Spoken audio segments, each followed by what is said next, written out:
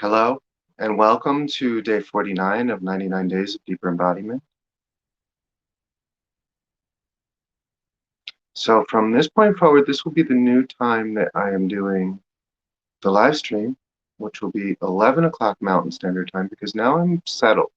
I will be where I am for the duration of the live stream, it feels like. So this is where you'll be seeing me until I complete this 99 days, which is awesome. Yay. Ah. So I'm switching the time from, it was 10 a.m. Mountain Standard, and now I'll be doing it at 11 every day, Mountain Standard Time.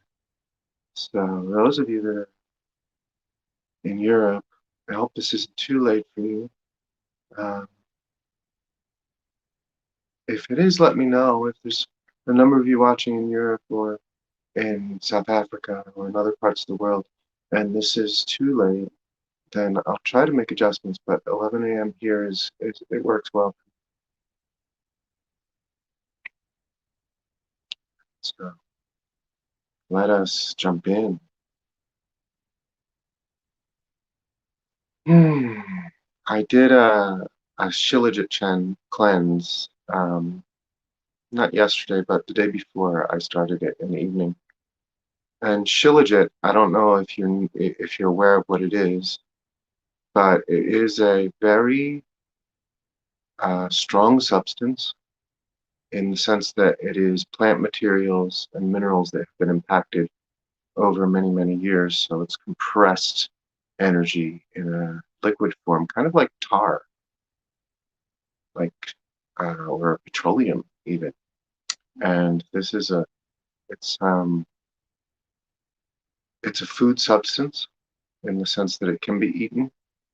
However, in my body, it is very strong. So I only ingested a very tiny amount, and that very tiny amount has been detoxing my body very, very rapidly. And so that's why I've been a little bit discombobulated over the past couple of days because the detox symptoms are quite strong. Uh, and they just need time and space to be met fully.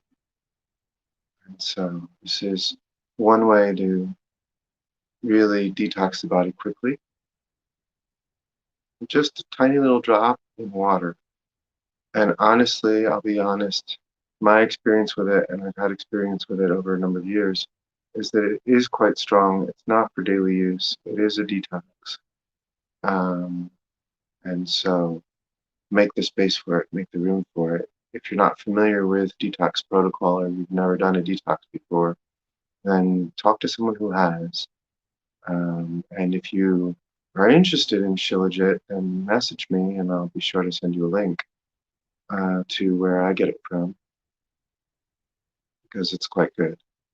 And so this substance, I would say, is a really nasty substance. I wouldn't say that it's a nice substance at all. It's quite nasty. And what it does is it comes in and it just starts to clear out age is old gunk. And so in me, it's clearing out a lot of tobacco, a lot of mapacho actually, because mapacho is something that I smoked for a number of years while I was doing jungle medicine, and so it just comes in and it just starts to clear that out. It's not a heavy detox in the sense that it isn't. There's been some detoxes that I've done that have been really, really difficult. I mean, there's one that I did in the jungle with a plant called katawa, and that plant goes in and it just starts to pull things out, and it's very what I would call brutal. I don't recommend that unless it's really, really necessary for some sort of healing. But Shilajit is gentle. It's actually a gentle detox. But in that gentle, and especially because of how much awareness is in my body, it is quite strong. And so it had me awake for a long period of time because there's a lot of my own energy coming into the body. And a lot of awareness in the body, and so that's where I'm at. Just um, giving more space to that detox process. Any detox, my feeling is that it is a sacred space with yourself. So any detox is a good thing to bring into um, a deeper sense of presence, a deeper sense of being with oneself. So I wouldn't recommend going into a detox when you're around a lot of people. Um, I started this while I was in Zion, so it was quite nice to start that because Zion National Park, it has a lot of it's a natural place where there's a lot of energy from the mountains, a lot of energy from nature, and that is supportive of the detox. So I just wanted to let you know that that's where I was at, and that detox for me is a slowdown period. It's moving into more presence, more here-ness, more being here. It's a natural rhythm where I just slow down, detox, and allow whatever doesn't isn't required anymore to kind of just flow out, which is why even in just giving the live streams at this point, I'm not as centered, I'm not as focused because there's a lot coming up to feel through in the details.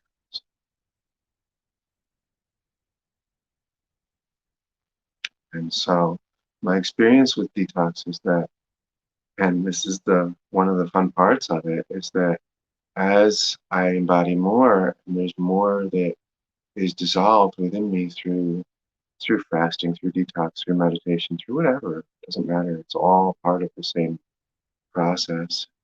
Then changes can happen quite rapidly with people and relationships and jobs. And it's interesting to watch as this unfolds because as um, as I move into a space of more presence through detoxing and traumas release in the body, old ideas release in the body, more and more presence is embodied in my body, then then relationships shift and they change. And over the past year and a half, I've had a relationship with a lover in Peru, and I'm feeling that shift as I move through the detox as well.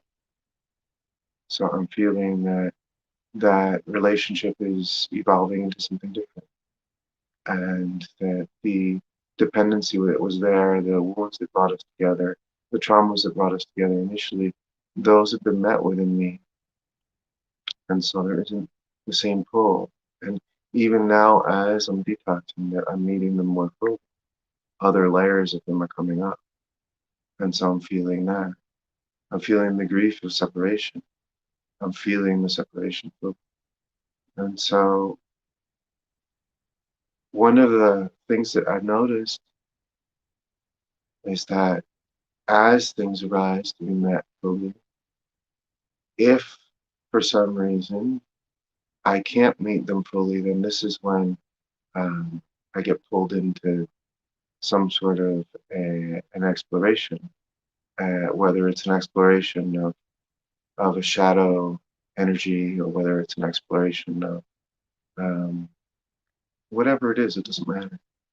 Shadow energy being like the idea that I need something or someone external to me. Thanks.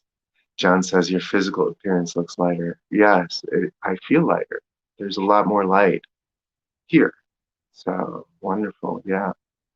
And um, and so what I was saying was that if there's something that comes up that we can't meet when it arises, and this is my experience, that I get pulled into an exploration around it until I'm willing to meet it. And that exploration can really look like anything.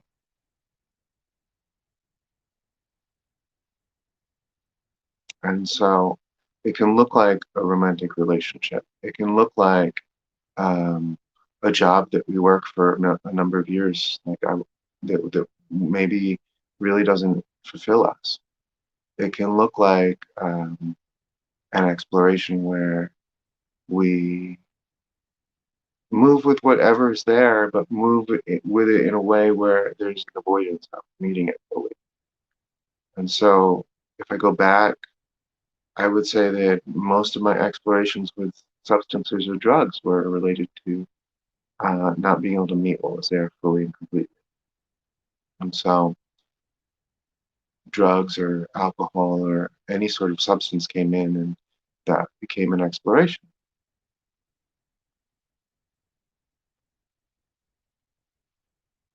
And so now, with awareness of that and a seeing of that, everything that shows up is there to be met fully, is there to be felt fully, no matter how painful it may be. And so, a detox like Shilajit, if I do it with the intention of allowing myself to meet more fully what's here, allowing myself to be more present with what is here, then that allows me to move through what's here very rapidly. And this we can call deeper embodiment. And as I move through what's here very rapidly, then this can be very transformative. And so, transformation, in my experience, is something that um, can move very rapidly when we make the space for it, when we make the room for it. However, if we're really attached to what is around us, if we're really attached to people, places, or things, and be honest here now, when I pose this question, if you are really attached to people, places, or things, are you making room for transformation in your life? Because it's all related. So, if you are making room to feel through what is here, what is present, the limiting ideas and beliefs, the traumas that are there, the emotions that are there, if you're making room to feel through that, then naturally, as you dissolve that, then transformation is what arises. There will be shifts in relationships, shifts in living situations, shifts in everything that you're seeing in your reality will begin to transform itself. And so the idea is that as we meet these limiting ideas and beliefs, that reality will transform itself into something quite beautiful, something quite lovely, where we're feeling wholeness and completeness all the time. So this is why we would embark on any sort of a spiritual path, and any path that has us embodying more deeply.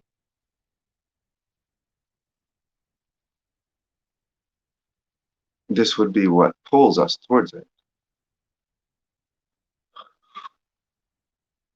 And so when we have the understanding of this, then that's why we would move towards that.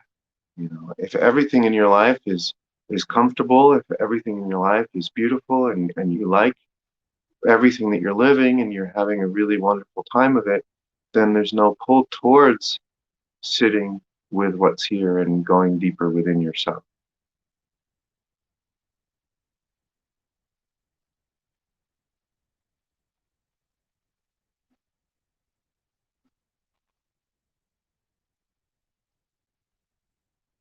So initially, the pull towards it is an awareness around it that says, oh, well, actually, I'm not feeling wholeness and completeness. So this is where I'm at, honestly. I'm not feeling that. Okay, wonderful. You're not feeling wholeness and completeness. What are you feeling? Well, I'm feeling a lot of grief. I'm feeling a lot of pain. I'm feeling a lot of uncomfortability. Okay, fantastic. Don't ignore it. See it. Recognize it. That's what's there. And so, how are you numbing that? How are you avoiding feeling that? And what are the habits that are showing up that you're using to avoid that? Okay, see that. No judgment around it whatsoever. Just see it. Recognize it. Be honest with you. And so now that you begin to see that and recognize that, and that you're honest with yourself about it, it's like, yes, I am using this habit to not feel a lot of uncomfortability in myself. And yes, there is a lot of uncomfortability, tension, anxiety, even panic that is showing up in my life, in my body, in my mind, whatever it is, it doesn't matter. And so this would this honesty begins to bring space into your way of relating to yourself, because now you're no longer hiding from yourself. Now you're allowing yourself to see what's there, and even if there's shame around it, that's okay. It's totally okay. It's okay that there's shame around it. Shame is just showing you what you've been hiding. So anywhere there is shame showing up, then that is where you've been hiding from yourself.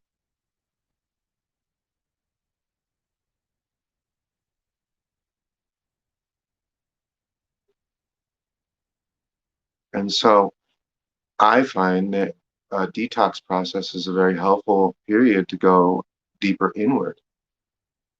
And as I go deeper inward, then I can really be with these parts of myself that have felt a lot of shame, that haven't felt accepted, and move with that.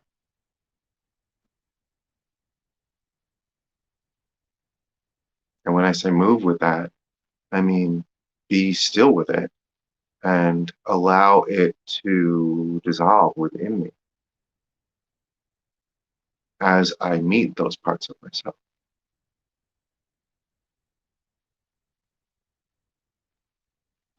And even dissolve within me, let's bring some more clarity around that statement there. So, dissolve within me, this is the experience of this, and I've spoken about this in previous videos, is that the sensation is there, and I meet it, and I feel it, and I just stay with the sensation and focus on the sensation, whatever that may be.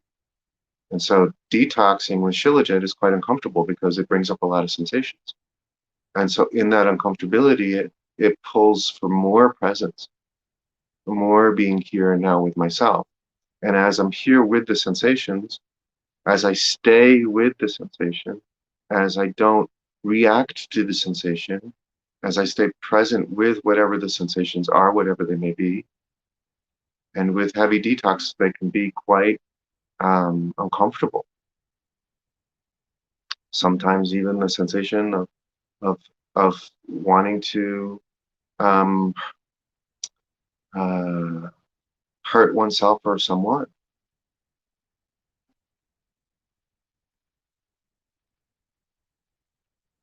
And so this is why it might not be recommended to embark on something like this without uh, some sort of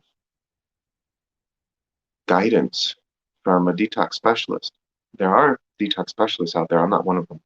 But there are. They do exist, so you could Google it. Yeah, so a detox specialist can give you a lot of guidance because this stuff does come up. It can come up. There can be a very strong trauma there that comes up, and that trauma can be quite intense. And so, if you are experiencing something like this, I do recommend um, that you get in touch with someone, whether it be a somatic experiencing specialist that helps you go into the trauma and feel through it, or whether it be a detox specialist that helps you detox the body and go deeper into what you're feeling and bring more presence and awareness to it. But having support in these areas has been really crucial for my path, has been really important in my path. Now I'm at a place where I can do these things on my own, and they're part of self-maintenance, honestly. Jessica says, it's funny. I was considering to contact Corey Shake before the video started. Okay, wonderful. I am friends with Corey. I've known Corey for quite some time. And I know that he does fruitarian detoxes. Um, and if you're pulled towards contacting Corey, that's wonderful. I also have another friend who lives in Canada who who might have a softer energy than Corey. Corey sometimes is quite masculine in his delivery. And so if you're pulling for someone that has a little bit more feminine presence, then I can give you a recommendation as well. Um, Although he's a man as well, which is interesting. But he's a but there's more femininity in his way of things. For me, detoxing is just part of a flow. It's a feminine flow, and um, I don't use any sort of program for it myself personally.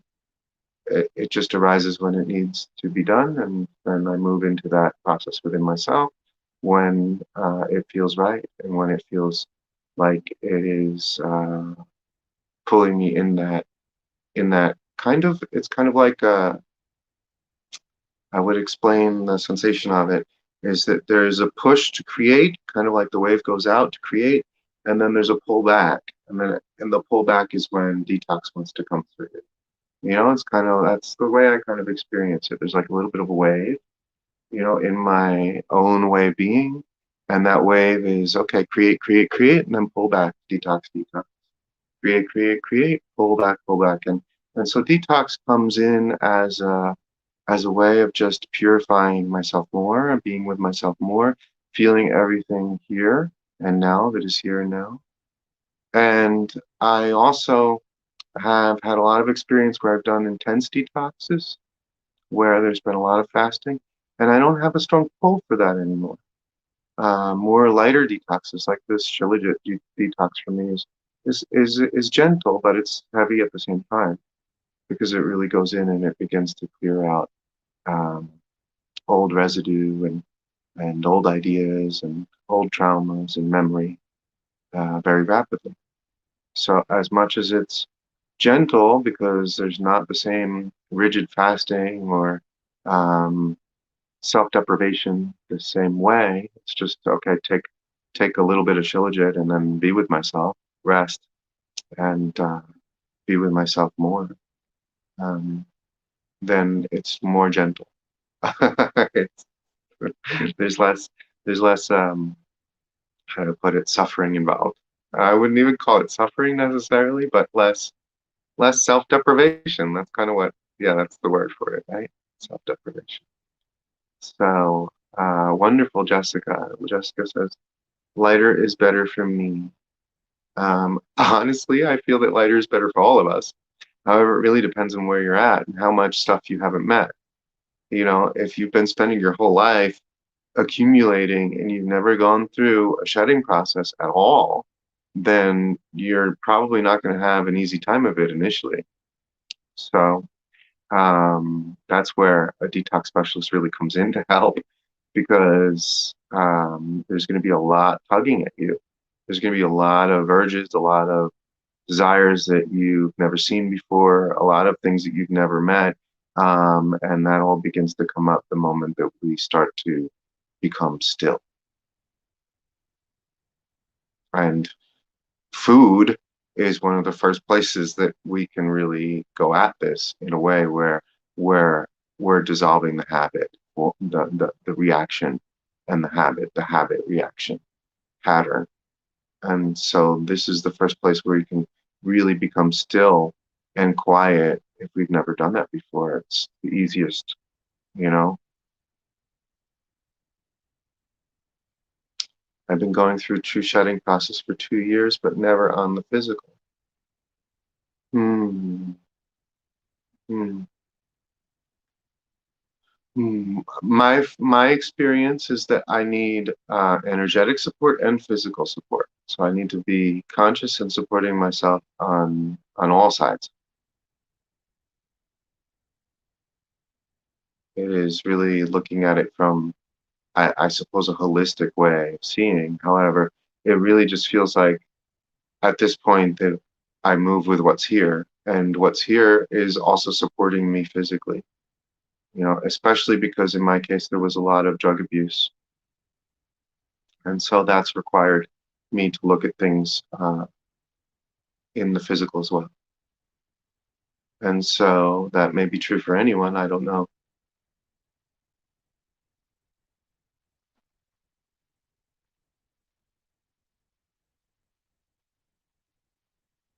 It feels to me, as I feel into it, that um, that awareness, as we become more aware and more deeply embodied, awareness is naturally loving.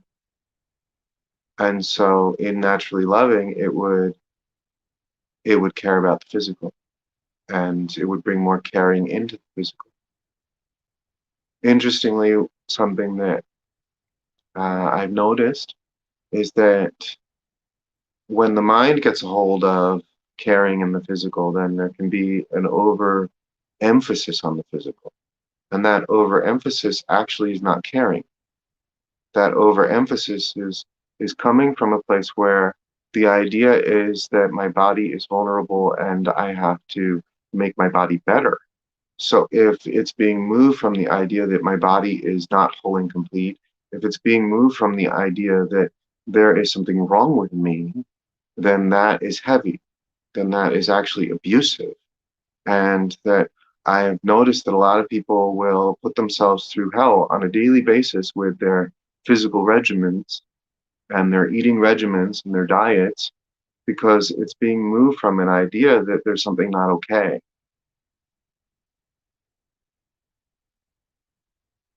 And so this is an area where that we can bring more awareness. If the if it's being moved from the feeling of not being okay, if it's being moved from the feeling of that there's something wrong, then that is just digging the trench deeper. It's not actually becoming more aware. It's not actually embodying the sense of wholeness and completeness and the truth of who you are.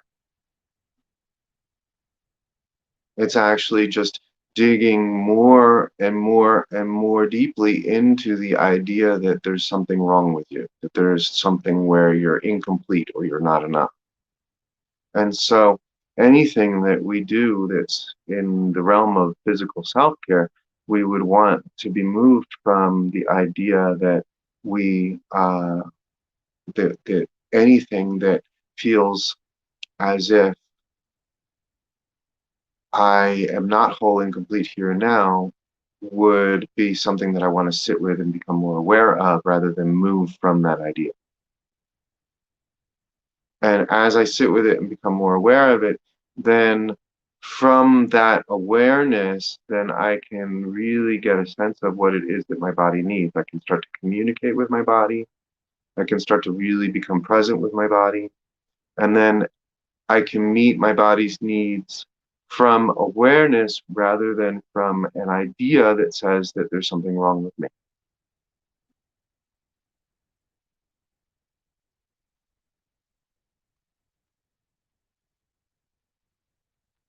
So when anything like this is arising that is bringing awareness around the need to support oneself physically, then my feeling is to really sit with that and become more aware of what it is that's pulling towards that need and see it. Be honest with oneself about what that is. And if it's the idea that there's something wrong with you, then sit with it some more. Feel that, the idea that there's something wrong with me. Feel it and begin to go into it. Do some ho'oponopono on it, or however you say that word. Ho'oponopono. I've never said it correctly. but but really move into it. Feel it so that you can move into self-forgiveness around it and then just become more accepting of everything that is right now, because there is no past, so you can forgive all of it here right now. And as you move into that wholeness and completeness that is always here in the present moment, then anything that needs to be done self-care wise now can come from that sense of wholeness and completeness rather than coming from a sense of, well, there's something wrong with me and I need to do something about it. Which honestly, that can be a good motivation too. It's a catalyst for change, it's a catalyst for evolution, it's a catalyst for growth. And I've moved with that too. So I'm not saying that it's bad to move with those things that say that there's something wrong with me. That's a catalyst. We gain more awareness through that as well. However, if you can, sit with it, do some inner work with it, move into self-forgiveness around it, and then allow that feeling, that grounded sense of fullness and completeness to move you, then whatever it is that you do to support your physical body will come from a place of self-love, more and more and more love, rather than from a place of, well, I'm scared about what's happening around me, I'm scared about my physicality, and from a place of fear. And so when we're embodying, we really always want to move towards more and more love and less fear. Even when fear is what's coming up. Can I be around that? Can I move deeper into feeling that? Can I allow that to dissolve into the wholeness and completeness that I am? Can I be with that fully and completely?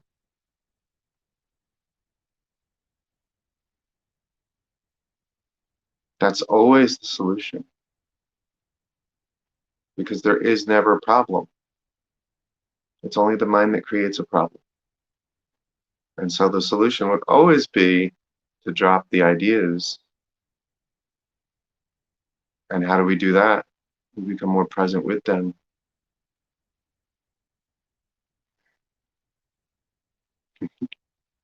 Awesome. So thank you for joining me here today. And I will see you tomorrow at the same time, which will be 11 a.m. Mountain Standard Time. See you tomorrow. Bye.